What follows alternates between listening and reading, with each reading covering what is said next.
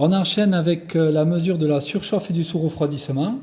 On va remplir ces infos de façon manuscrite. On utilise un thermomètre à contact avec une sonde au bout. La réglette de température qui est proposée par Climalife et Honeywell, puisque le manomètre ne comporte pas les bonnes échelles de température pour les fluides qu'il y a dedans. On a changé de fluide. On est passé du R134A au R450A.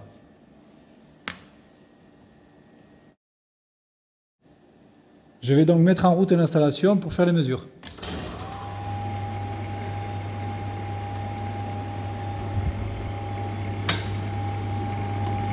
À la sortie du condenseur, sur la tuyauterie de sortie du condenseur, je prends une température thermométrique ou une température réelle de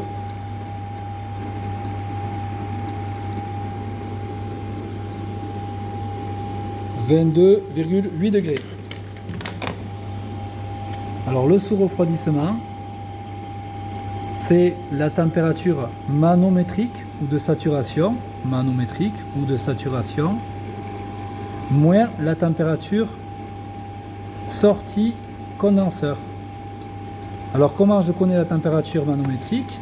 Il suffit de regarder le manomètre, il m'indique lui une pression de 12 bars. Et la pression de 12 bars, je la lis ici à PE, pression effective et non pas absolue, attention, de 12 bars. Donc je déplace ma réglette à 12, délicatement, c'est un travail de finesse. Je vais choisir le fluide considéré, le R450A, et puisque je suis sur la partie liquide, eh bien je prends liquide et pas vapeur. C'est la température de bulle que l'on va regarder. Donc ça me donne 54 degrés.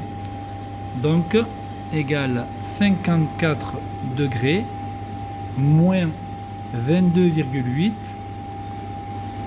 Ce qui nous fait, ça sera des Kelvin. Donc je mets un K majuscule.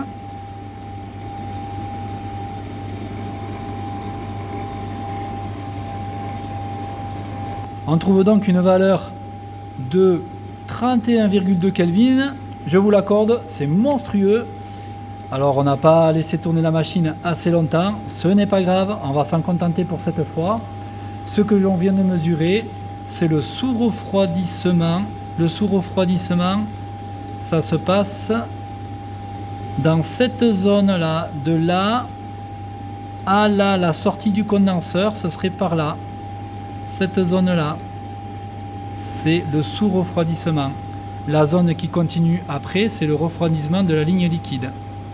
Donc on a mesuré un sous-refroidissement de 31,2 Kelvin parce qu'on a pris la température de bulle moins la température de sortie du condenseur. Tout ça, c'est la température de bulle.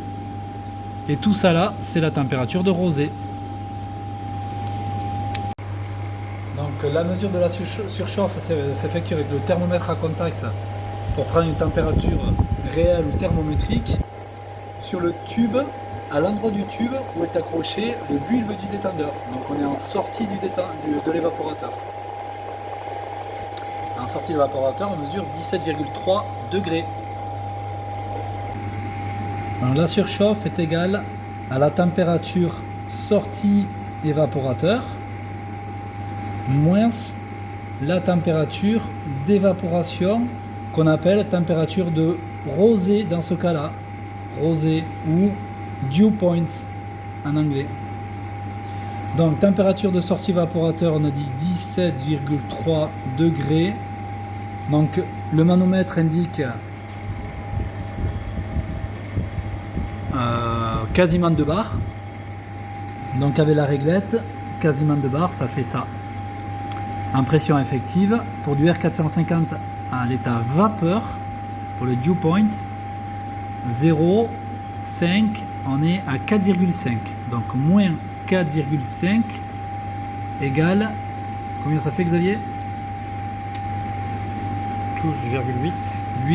12,8 Kelvin, un K majuscule, c'est une différence de température, donc on met des Kelvin.